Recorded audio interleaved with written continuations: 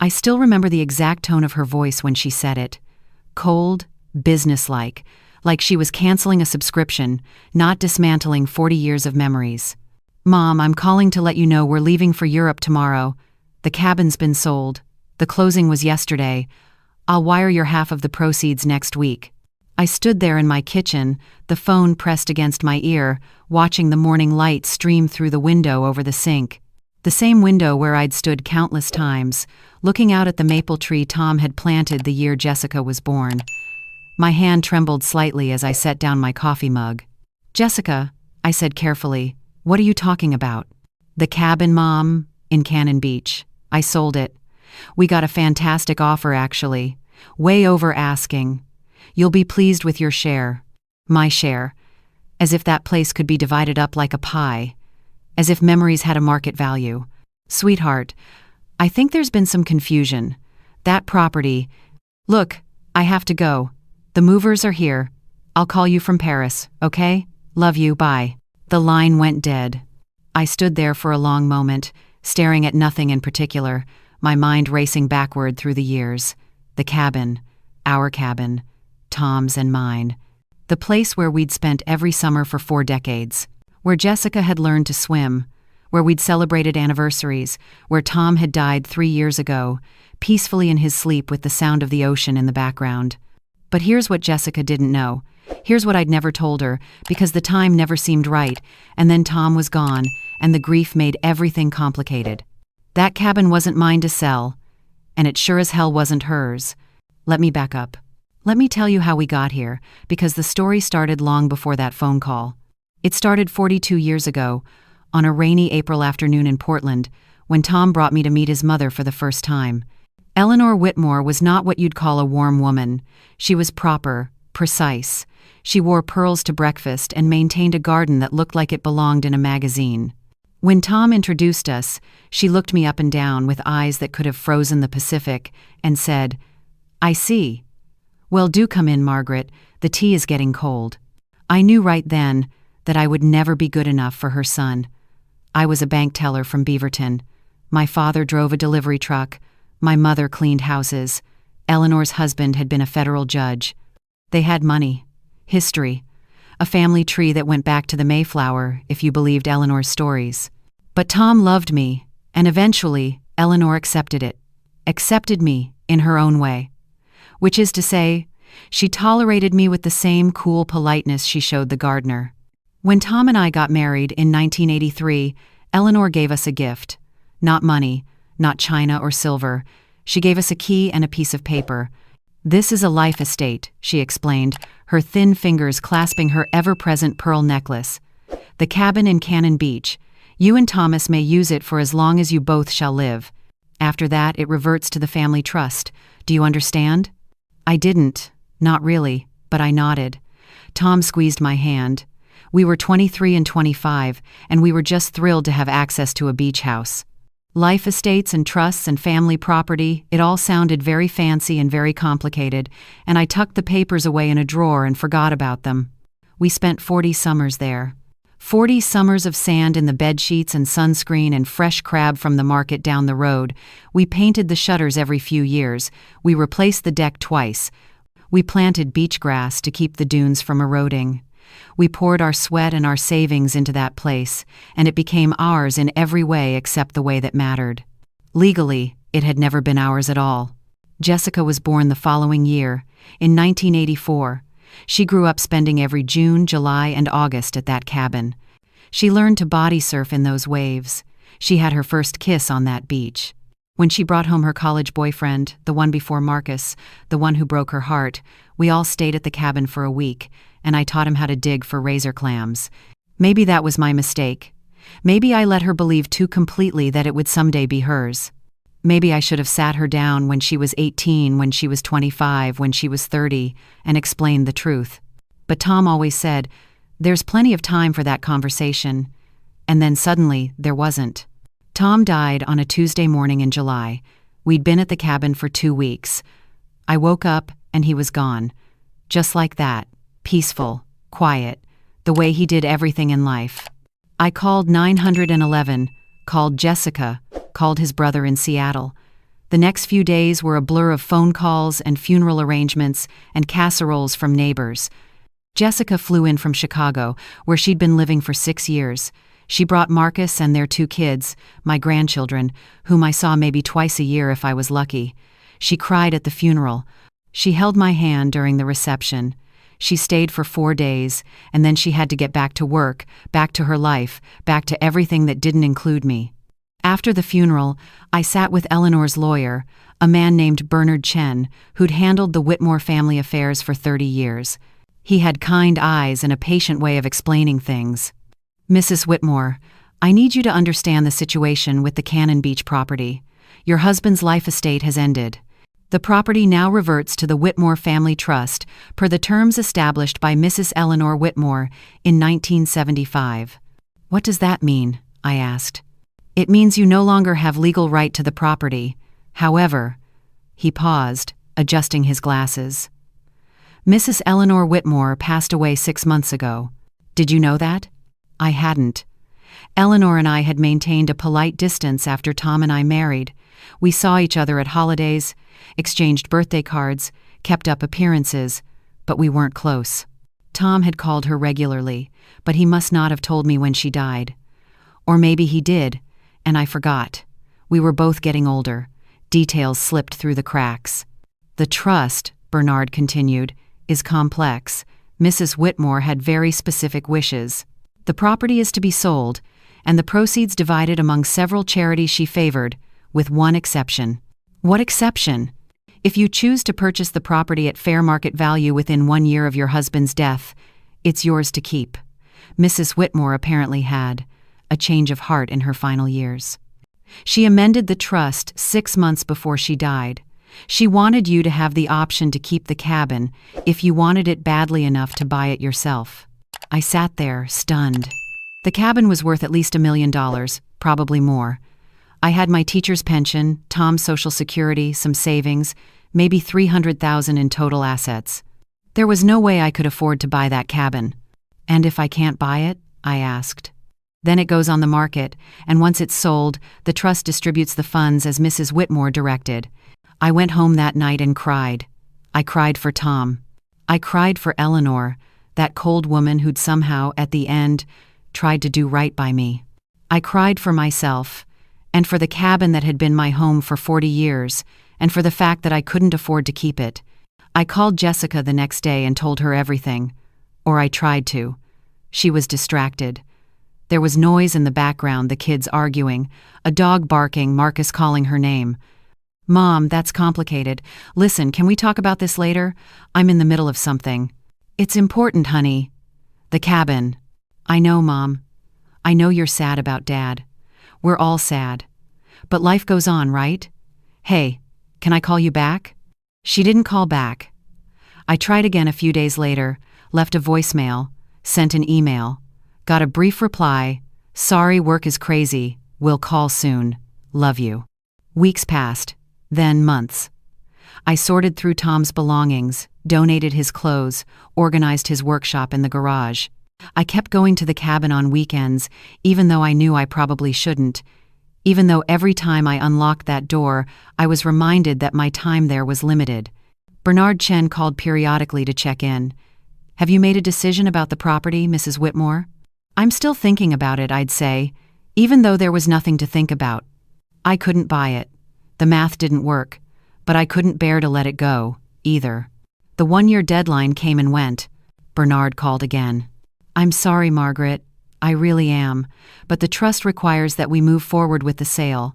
I've already contacted a realtor. The property will be listed next week." I knew it was coming. I'd known for months. But hearing it still felt like being punched in the stomach. The cabin sold in 5 days. Multiple offers. All cash. A tech executive from California who planned to tear it down and build something modern. The closing was scheduled for August 15th. I didn't tell Jessica. What was the point? She'd never returned my calls about it anyway. She was busy with her life, her job, her family, and maybe a part of me, a petty, hurt part, wanted her to find out the hard way that you can't just assume things will always be there waiting for you. That's when Jessica called me with her announcement. Her grand plan. Her bombshell. She'd sold the cabin. Except, of course, she hadn't. She couldn't have. She didn't own it. She'd never owned it. Neither had I. I stood in my kitchen, holding my phone, and I thought about all the ways this conversation could go. I could have told her the truth right then, explained everything. But I was angry. Hurt. She hadn't called me in months, hadn't returned my emails, hadn't been there when I needed her, and now she was calling to tell me she'd sold our cabin, our memories, our place. So instead, I said, "Jessica, honey, I think we need to talk about this in person. Why don't you come over before your flight tomorrow?" "Mom, I don't have time. The movers." "Make time. This is important. I'll see you at 10. I hung up before she could argue. She arrived the next morning looking frazzled. Her hair was pulled back in a messy ponytail. She wore yoga pants and an old sweatshirt. She looked tired. I wondered if she'd been sleeping. "Mom, seriously, I can only stay 15 minutes. What's so urgent?" I poured her a cup of coffee, led her to the living room, pulled out the folder I'd been keeping in Tom's old desk, the folder with all the documents about the cabin, the trust, the life estate, everything. "Sit down, sweetheart. We need to talk about the cabin."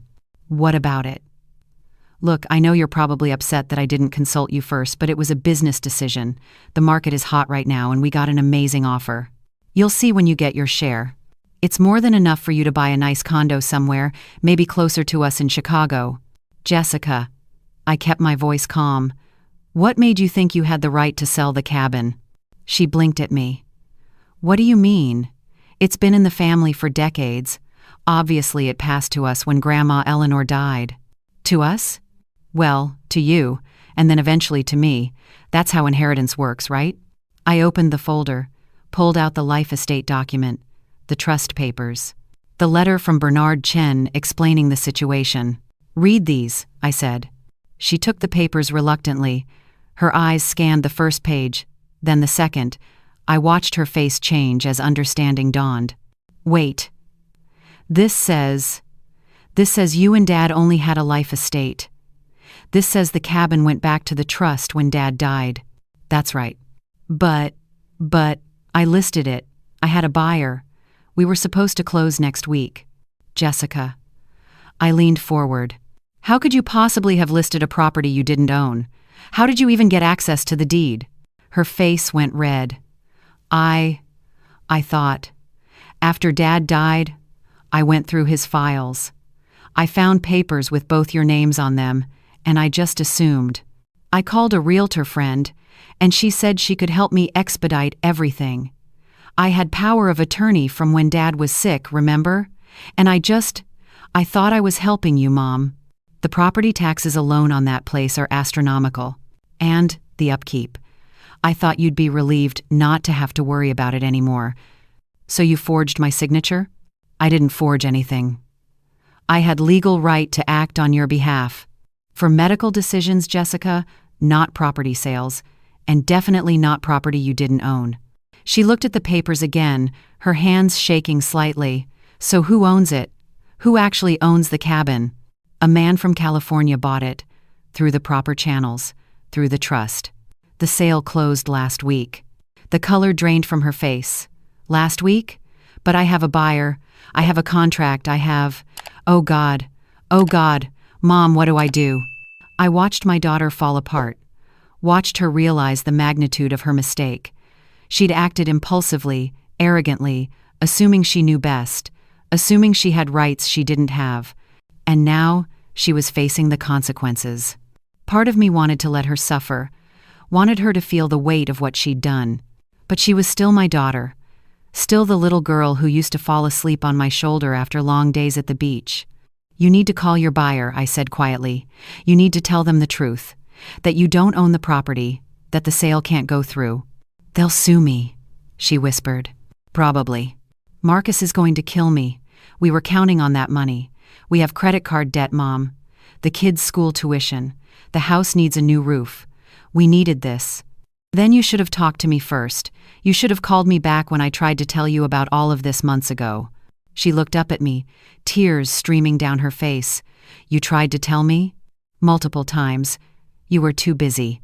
"Oh God," Mom, I'm so sorry. I'm so sorry. We sat there in silence for a long moment.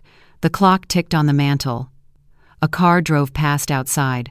Normal sounds of a normal day, except nothing about this was normal.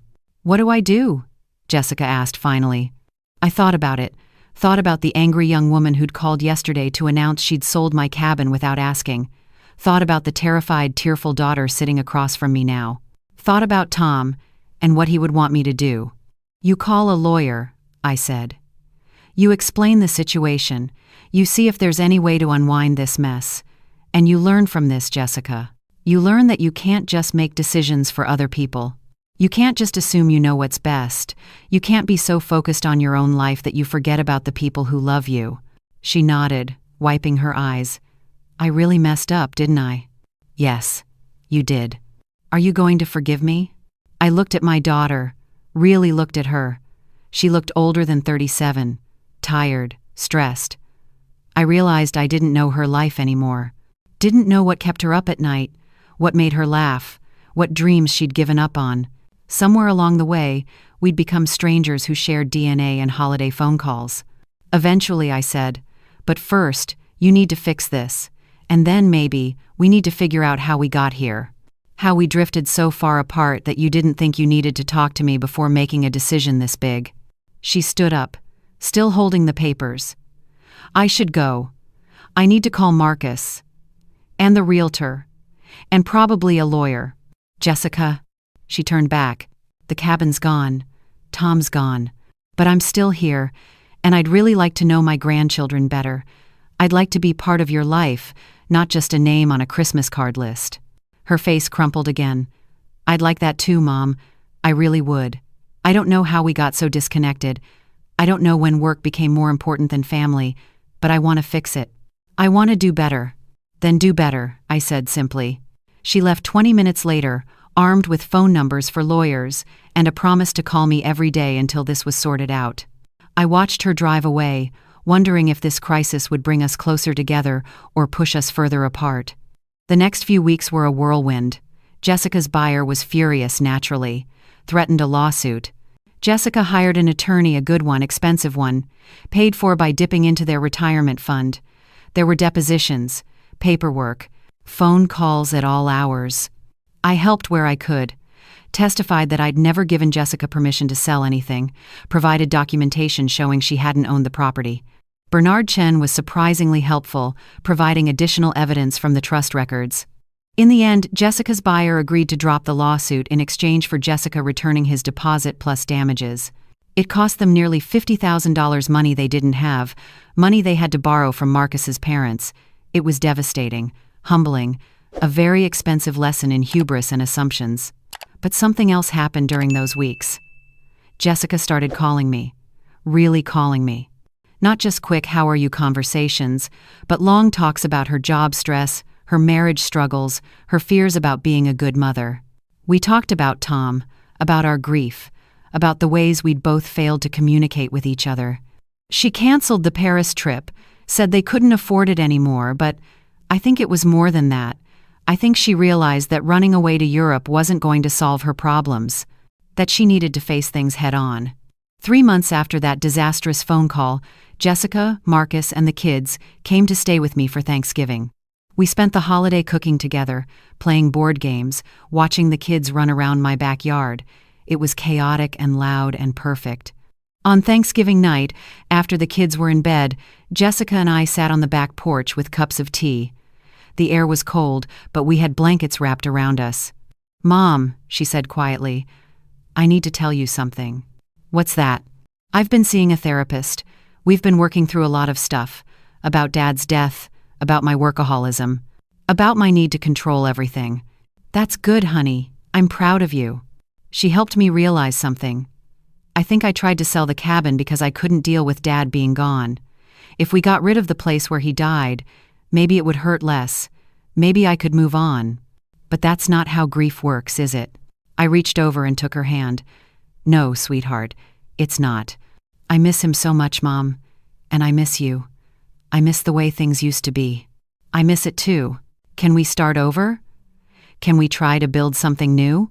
I squeezed her hand. We already are. That Christmas, I made a decision.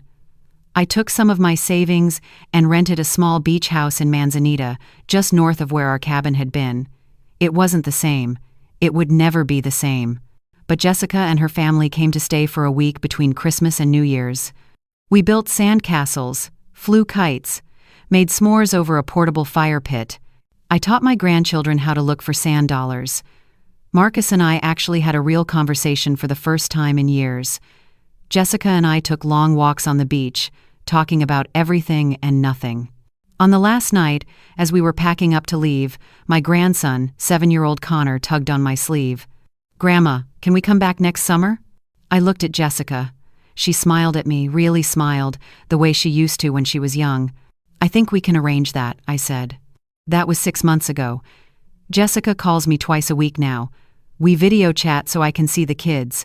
She's learning to set boundaries at work, to prioritize family, to ask for help when she needs it. The cabin's gone, Tom's gone. Eleanor and her complicated trust and her 11th hour attempt at kindness, that's all in the past now. But I have my daughter back. I have my grandchildren.